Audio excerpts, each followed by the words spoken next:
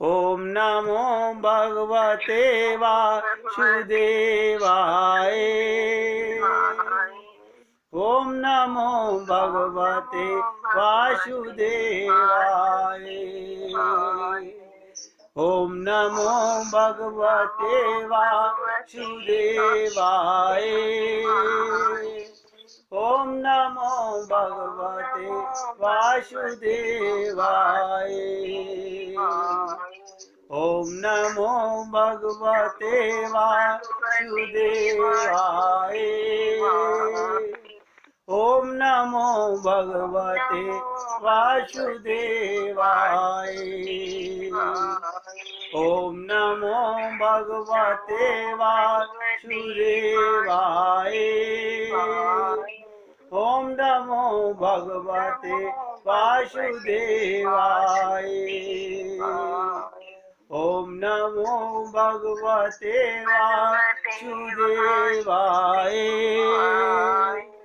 ओम नमो भगवते वासुदेवाय। ओम नमो भगवते वासुदेवाय। ओम नमो भगवते वासुदेवाय। बहुत एकाग्रता से सुनेंगे। चर्चा थी स्वा पर, अपना अर्थ। एक ही शब्द पर चर्चा थी, असली स्वार्थ क्या है, अपना स्वार्थ क्या है, क्या मतलब है हमारा होने का, जिसके ऊपर चर्चा यहां तक आ गई कि गीता में भगवान को कहना पड़ा ममे वांशो जीवलोके जीवभूत सनातन। भगवान को कहना पड़ा गतिर भरता प्रभु साक्षी निवास है शरणम सुहृदय। इतना ही नहीं, इसी का अनुवाद ध्यान दो, इसी का अनुवाद रामायण में कहा गया। मोरे सबई एक तुम स्वामी दीन बंधुर अंतर्यामी। मोरे सबई एक तुम स्वामी दीन बंधुर अंतर्यामी। आप सोचिएगा, आप और हम लोग ये जो मंत्र बोलते हैं कि त्वमेव माताश्च पिता त्वमेव, त्वमेव बंधुश्च सखा त्वमेव, त्वमेव विद्या द्रविणं त्वमेव, त्वमेव सर्वं मम देव देवा। ये मंत्र तो सब बोलते हैं, क्या इसका अर्थ भी जानते हैं? सोचिएगा, जितने रिश्ते नाते हो सकते हैं सब उसी से हैं। त्वमेव माता से पिता, तुम ही मेरी माता, तुम ही मेरे पिता। तो अंश होने के कारण हम अणुचित, देखिएगा, हम भी चित्त और भगवान भी चित्त। चित्त माने होता है चेतन। तो हम अणुचित हैं और वो विभूचित है, दोनों चित्त हैं, यानी चेतन। चित्त माने, लिख लो, चित्त माने चेतन। याद रखो, एक अणुचित और एक विभूचित। भगवान सूर्य के समान विभूचित और हम अणु के समान, उसकी किरण के समान अणुचित हैं। सूर्य की किरण के समान है अणु, लेकिन है चित्त और भगवान का अंश। ठीक, ये भगवान का अंश कैसे कहे जा सकते हैं हम लोग? भगवान के तो टुकड़े नहीं हो सकते। आप ध्यान से सुनिएगा, किसी ने पूछा था हम भगवान के अंश कैसे? अंश माने तो टुकड़ा होता है। मैं कागज का टुकड़ा काट के आपको कहूं ये इस कागज का टुकड़ा है, हम समुद्र में से एक पानी की बूंद निकाल लें तो उसमें से निकाल लिया। तो वेदों का विरोधाभास समझो। क्या कहते हैं वेदों के अंदर? पूर्णमदा पूर्णमिदम पूर्णात् पूर्णमुदच्यते पूर्णस्य पूर्णमादाय पूर्णमेवावशिष्यते। वेद कहता है भगवान तो ऐसा पूर्ण है कि पूर्ण से पूर्ण निकालो तो भी पूर्ण बचेगा, पूर्ण में से पूर्ण निकाल लो तो भी पूर्ण बचेगा। फिर ये अंश कैसे आप बोल सकते हैं? भगवान ने ऐसा क्यों कहा ममे वांशो? लोग वाग केवल इतना जान के रह जाते हैं। नहीं, जानो तो पूरा जानो। भगवान कहते हैं ममे वांशो जीव लोके जीव भूत सनातन, सदा से हमारा टुकड़ा, ये हमारा अंश है, सदा से है। मतलब एक दिन हुआ ऐसा नहीं। हम एक दिन भगवान के अंश नहीं, सदा से भगवान के अंश हैं। ये तो हमारी बुद्धि में पत्थर पड़ गए जो हमने शरीर का अंश अपने को मान लिया। आज भी देखो, इतने सत्संग सुनने वालों से किसी से कहो अपना परिचय बताइए, can you identify yourself, who are you? वो तुरंत कहेंगे अपने पापा का नाम बताऊं कि मम्मी का नाम बताऊं? कोई नहीं कहेगा कि हरि गुरु दोई अपना, गहु इन के ही शरणा। आप सोचिए, अगर हम लोगों के जीवन में गुरु ना होते, हमें तो हमारा परिचय नहीं मालूम पड़ता हम कौन है। जैसे कुत्ते कुतिया बच्चे पैदा करके परिवार पाल के चले गए, ऐसे हम भी चले जाते। फिर इस शरीर में आने का क्या लाभ है? खाली मकान बना लेने से या घर में सुविधाएं जुटा लेने से? वो तो कुत्ते भी रहते हैं एयर कंडीशन के अंदर। कुत्ते को भी आप देखो पढ़ाने टीचर आते हैं। वो तो शारीरिक सुख की बातें हैं। सबसे बड़ी चीज है, जब तक आत्मज्ञान नहीं हुआ तो चैतन्य महाप्रभु क्या बोलते थे इस बात पर? कृष्ण भूली से ही जीवन आदि बहिर्मुख, अतः माया तारे दे संसार दुख। बहुत गहराई से सुनिएगा। चैतन्य महाप्रभु कहते थे जीव अनादि बहिर्मुख है, भगवान से बहिर्मुख, यानी भगवान से ऐसे है, अपनी पीठ भगवान की ओर कर रखी है, मुख संसार की ओर कर रखा है। हम सबने मन में चित्त में परिवार को भर रखा है। कोई सुबह से ये सोच नहीं रहा होगा, कोई भक्ति विषय सोचे कि आज भगवान राम का और बिहारी जी की प्राकट्य लीला सुनेंगे। लोग तो और संसार की बातें कितनी सोचते रहते हैं। तो चैतन्य महाप्रभु ने कहा जीव अनादि बहिर्मुख है, कभी हुआ ऐसा नहीं। अंश तो हम सदा से हैं। तो देखो, अंश इसलिए कह रहा हूं कि हम भगवान की शक्ति के अंश हैं। अब नोट करो जो बताने जा रहा हूं, हम कैसे अंश हैं। भगवान की अनंत शक्तियां हैं, लेकिन भगवान की 3 मुख्य शक्ति हैं। एक स्वरूप शक्ति, योग माया जिसे बोलते हैं, जिससे भगवान सारा संसार चलाते हैं। अंतरंगा शक्ति है भगवान की, पर्सनल पावर है। और एक जीव शक्ति और एक माया शक्ति। इसलिए शक्ति होने के कारण हम शक्ति के अंश हैं।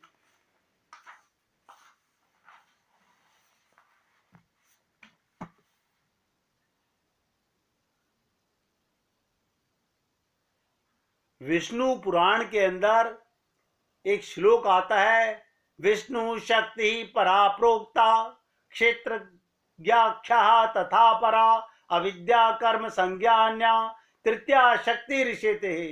भगवान वेद व्यास क्या कहते हैं कि भगवान की 3 शक्तियां, बहुत गहराई से सुनना पड़ेगा तब हमें पता चलेगा हम भगवान की कौन सी शक्ति के अंश हैं। भगवान की 3 शक्तियां प्रमुख, वैसे तो अनंत हैं, कोई चीज लिमिट नहीं भगवान की। और इसी को देखिएगा गौरांग महाप्रभु अपने अलग तरीके से कहते हैं, श्री कृष्णेर अनंत शक्ति ताते तीन प्रधान, चित शक्ति, जीव शक्ति और माया शक्ति नाम। इसी को कहा गया अंतरंगा, तटस्था, बहिरंगा। अंतरंगा जो मैंने आपसे कहा स्वरूप शक्ति अंतरंगा शक्ति है, और तटस्थ शक्ति अंतरंगा शक्ति और बहिरंगा शक्ति के बीच में ये तीन शक्तियां हैं। भगवान ने कहा, वही भगवान वेद व्यास ने कहा। कुल जमा टोटल तीन शक्तियां, तो जीव शक्ति शक्ति होने से अंश हैं। इसलिए ये अंश जो शब्द बोला जा रहा है इसमें भ्रम पैदा नहीं होना चाहिए। हम भगवान की जीव शक्ति के अंश हैं।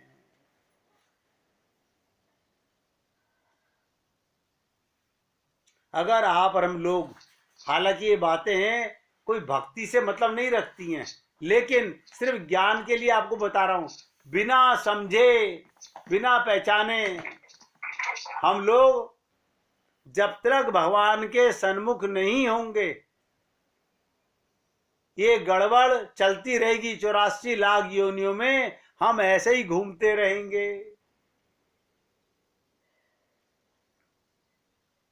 देखिएगा भागवत के अंदर एक श्लोक आता है, जो क्या नाम है उनका, अक्रूर जी, आपने नाम सुना होगा। अक्रूर जी जो भगवान श्री कृष्ण को और बलराम जी को मथुरा लेकर के गए थे। हाँ जी, हाँ जी। अब देखिएगा अक्रूर जी ने कहा था, महाराज अनित्य वस्तु को हम नित्य मान रहे हैं, अनात्म वस्तु को आत्म वस्तु मान रहे हैं, और दुख को हम सुख मान रहे हैं। ये तीन प्रकार का भ्रम जीव को हो जाता है। ये मायाबद्ध जीव को, जो माया में फंसा हुआ है, अपने को शरीर मानेगा, उसको तीन भ्रम होंगे। एक एक शब्द ध्यान दीजिएगा। संसार अनित्य है, ये नित्य नहीं है। संसार अनित्य है, उसका छोटा मॉडल ये शरीर आपका, ये अनित्य है, इसको हम नित्य मान रहे हैं। हम अपने शरीर को नित्य मान रहे हैं। इसी प्रकार शरीर अनात्म है, आत्मा नहीं है। शरीर अनात्म है, आत्मा नहीं है, और इसको हम आत्मा मान रहे हैं। हम लोग अपने को अपना परिचय शरीर क्यों कहते हैं? अब बताइएगा, मैं स्वार्थ की बातें कर रहा हूं। जब स्वयं का ही ज्ञान नहीं, अपना ही ज्ञान नहीं है, तो अर्थ का ज्ञान कहां से होगा? छोटा सा शब्द है स्वार्थ, उस पर आपके साथ चर्चा चल रही है। जब स्वयं का ही गलत पता है तो अर्थ का सही पता कैसे होगा? संसार अनित्य है, उसको नित्य मान रहे हैं। शरीर अनात्म है, उसे आत्मा मानते हैं। मैं मान रहे हैं, और संसार दुख को, देखिएगा संसार को भगवान श्री कृष्ण ने कहा दुखाल्यम ही संसारा, और हम लोग संसार में सुख मान रहे हैं और भाग रहे हैं उसके पीछे आंख बंद करके। ये क्या है? इसे कहते हैं बुद्धि का भ्रम।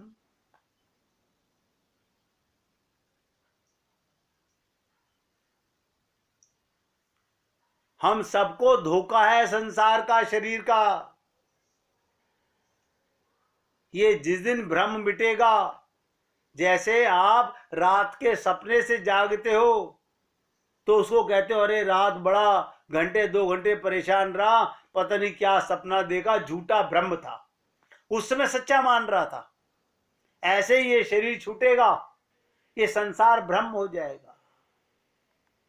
इसलिए निवेदन करना मेरा कार्य है। अगर हमारा ये भ्रम नहीं मिटा, बहुत ध्यान से सुनिएगा, अगर हमारा ये भ्रम नहीं मिटा तो आप और हम लोग कितना भी प्रयत्न कर लें,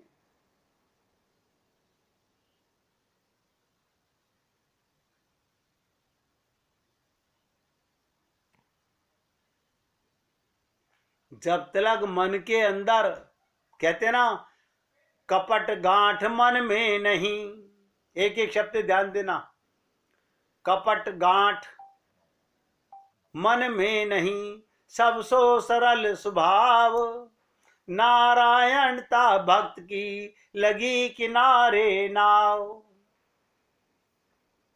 जिसके मन में कपट की गांठ नहीं है, सुन लीजिएगा एक कथा, राजस्थान की बात है। राधा नाम की एक लड़की, छोटी बच्ची, बेटा बहुत बड़ी नहीं है, मानो 6, 7, 8 साल की आई होगी।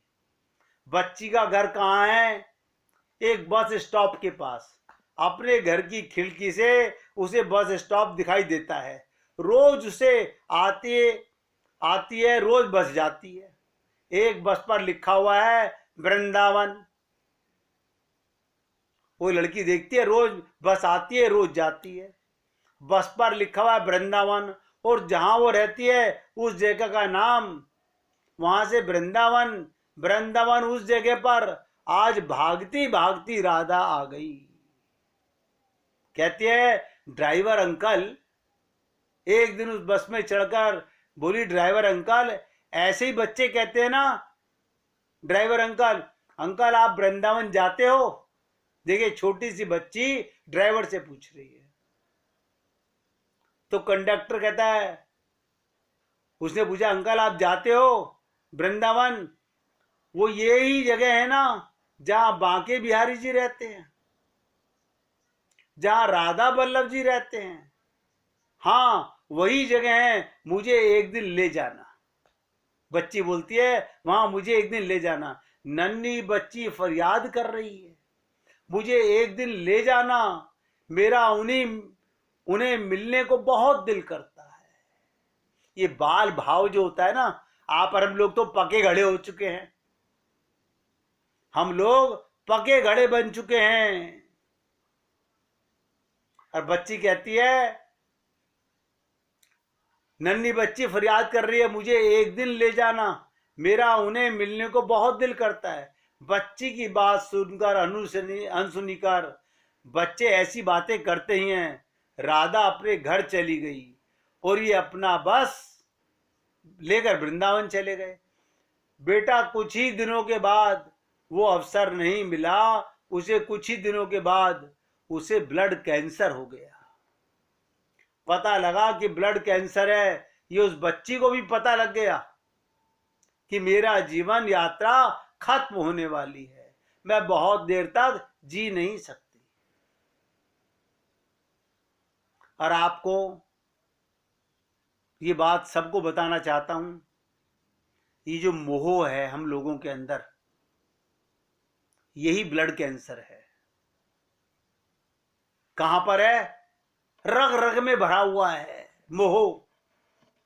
इसीलिए रामचरितमानस में कहा गया, मोह सकल व्याधिन कर मूला, तिनते पुनः उपजई बहुसूला। जो व्यक्ति अपने अंदर इस कमी को महसूस करेगा, वो समझेगा कि मेरी जीवन यात्रा खत्म होने वाली है, मैं बहुत देर तक जी नहीं सकता। संभवतः उस वक्त की बात होगी जिस वक्त अच्छे इलाज नहीं थे। सोचिएगा, आज भी बहुत अच्छे तो नहीं है, तो लाखों रुपए खर्च होते हैं आजकल भी। गरीब आदमी तो बेचारा ब्लड कैंसर से ही मर जाता है।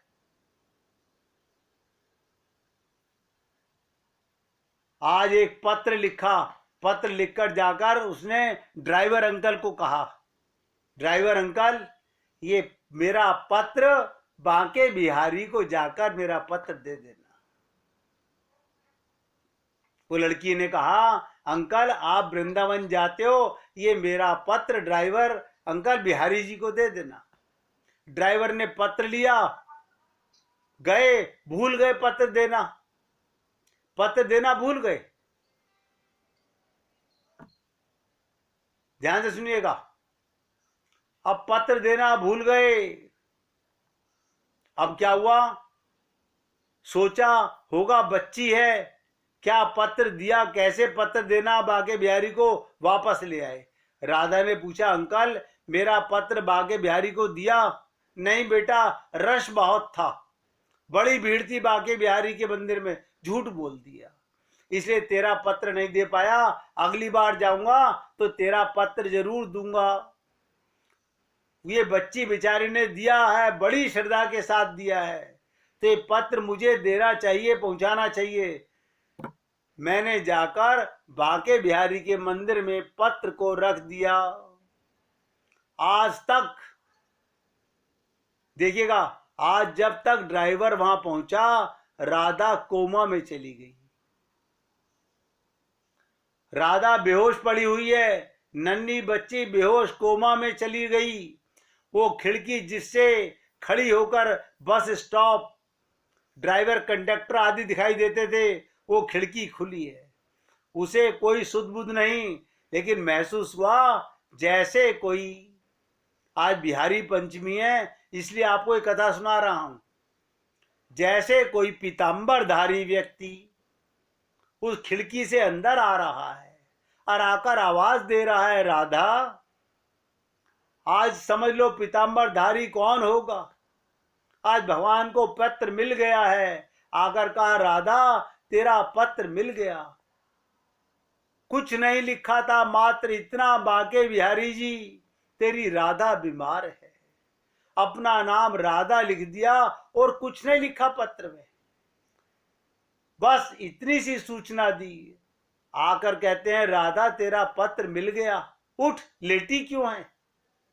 परमेश्वर की कृपा से कोमा से उस बच्ची की आंखें खुली। जब भगवान चाहे तो कौन कोई रोक सकता है, कौन कोई रुकावट डाल सकता है, कौन कोई मार सकता है। जब भगवान जिलाना चाहे तो कौन मार सकता है। आज भी देखिएगा, वृंदावन में एक संत हैं, प्रेम भूषण जी महाराज, 25 साल से किडनी फेल्योर हैं, लेकिन राधा कृपा से रोज सत्संग का आनंद लेते हैं।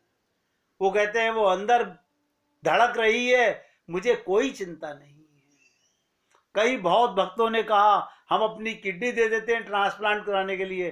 बोले नहीं भैया, ये मेरे पूर्व जन्मों के पाप हैं, मुझे ही काट के जाने दीजिए। राधा उठकर आंख खोलकर देखती है, लगता है ये बांके बिहारी ही है।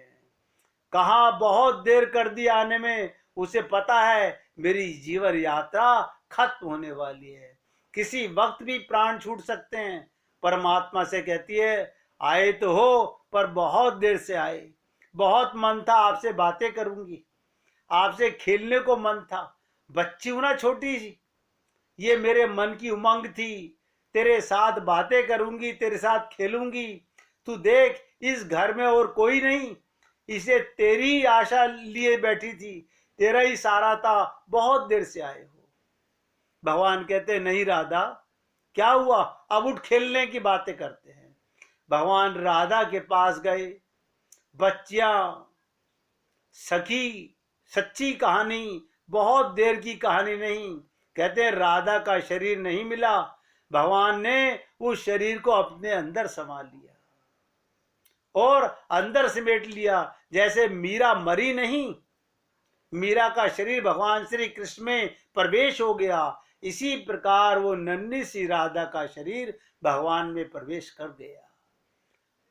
इसलिए मैं आपको बताना चाह रहा हूं, जिस व्यक्ति के मन में छल कपट नहीं, निष्कपट भाव से अगर भगवान को आज भी कोई भक्त याद करता है तो भगवान उसके लिए दौड़े चले आते हैं।